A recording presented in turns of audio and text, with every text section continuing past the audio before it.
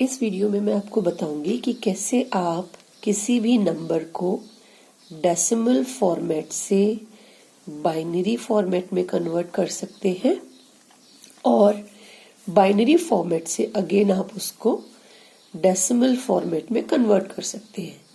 Okay, means अगर आपको दिया हुआ नंबर डेसिमल फॉर्मेट में है और आपको उसको बाइनरी में कन्वर्ट करना है तो हम कैसे करेंगे, और अगर दिया गया नंबर बाइनरी फॉर्मेट में है तो उसको हम डेसिमल में कैसे कन्वर्ट करेंगे। तो सबसे पहले हम डिस्कस कर रहे हैं डेसिमल टू बाइनरी कन्वर्जन। ठीक है, सबसे पहले हम डिस्कस करेंगे कि कैसे हम डेसिमल नंबर्स को बाइनरी फॉर्मेट में कन्वर्ट करेंगे।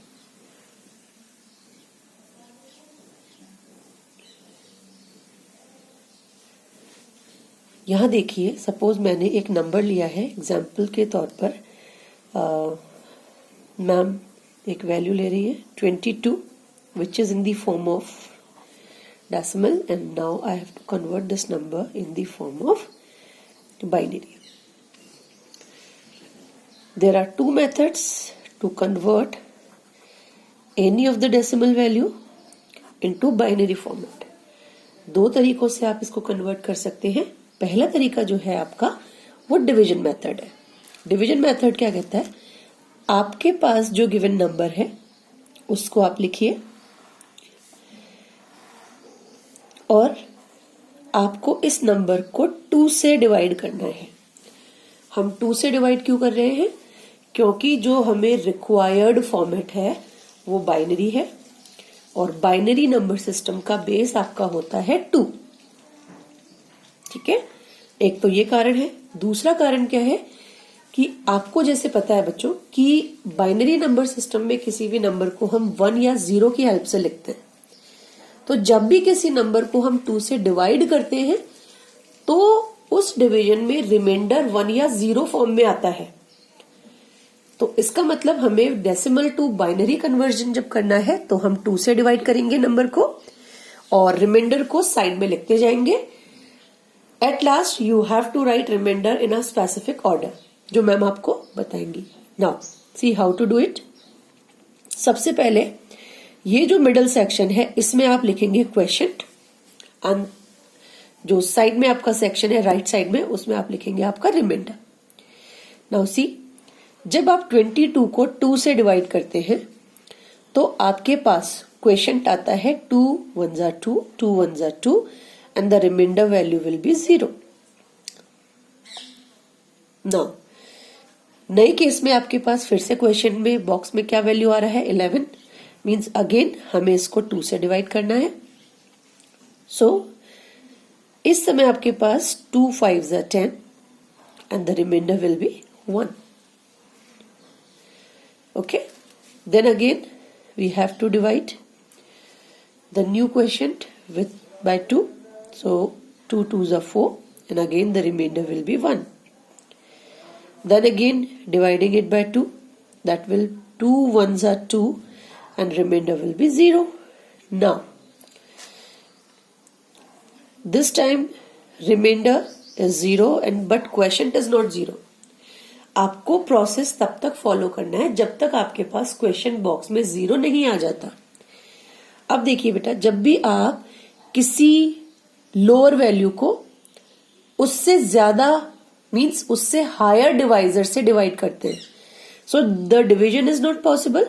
इन this case the question is always 0 and the value as it is the remainder. ये आपको ध्यान रखना है। जैसे अगर मैं आपको कहती हूं कि आपको सपोज 3 को 7 से डिवाइड करना है, in this case also the question will be 0 and the reminder will be 3 because here the dividend is lesser than the divisor. जब भी आपका डिविडेंड डिवाइजर से छोटा होता है तो क्वेश्चन बॉक्स में आपका 0 आता है और रिमाइंडर इटसेल्फ वो वैल्यू होती है जो आपका डिविडेंड था। ठीक है, तो इस तरीके से जैसे ही आपके पास क्वेश्चन बॉक्स में 0 आ जाता है मींस आपका ये डिवीजन खत्म हो गया है। अब आपको क्या करना है कि जितनी भी आपके पास रिमाइंडर वैल्यूज आई है रिमाइंडर बॉक्स में, आपको उनको बॉटम टू टॉप लिखना है to get the required binary value. So what it will be बेटा, we can say it will be 1 0 1 1 0. Means 22 of the decimal format, it is equivalent to 10110. ठीक है, एक और एग्जाम्पल हम डिस्कस करते हैं. चलिए यहां पर एक और एग्जाम्पल लेते हैं. Suppose the number is 78 of the decimal format and आपको उसको कन्वर्ट करना है बाइनरी फॉर्मेट में. So again the same process we have to follow.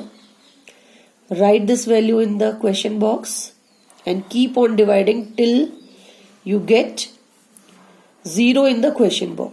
So जब आप 78 को 2 से डिवाइड करेंगे so it will be 2 3s are 6 and 2 9s are 18 and the remainder will be 0.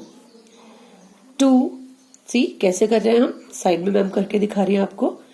39, then 2 1s are 2, 1 will be remainder 19, then 2 9s are 18, means 1 will be remainder, so I'm writing here in the remainder box 1 and quotient is 19, so in quotient box you have to write 19. Then again new quotient is 19, so divide it again by 2, so it will be 2 9s are 18 and the remainder will again be 1. Then again 2 4s are 8, remainder will be 1.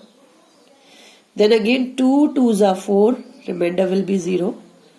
Then 2 1s are 2, remainder will be 0. Now 2 as the dividend now, it is lesser than the divisor, so the quotient will be 0 and the remainder will be 1 as it is. So now as we get 0 in the quotient, so to get the required number we can write the remainders from bottom to top, means the required value will be 100 1110. Understood? इस तरीके से आप किसी भी decimal value को बहुत आसानी के साथ बाइनरी में कन्वर्ट कर सकते हैं.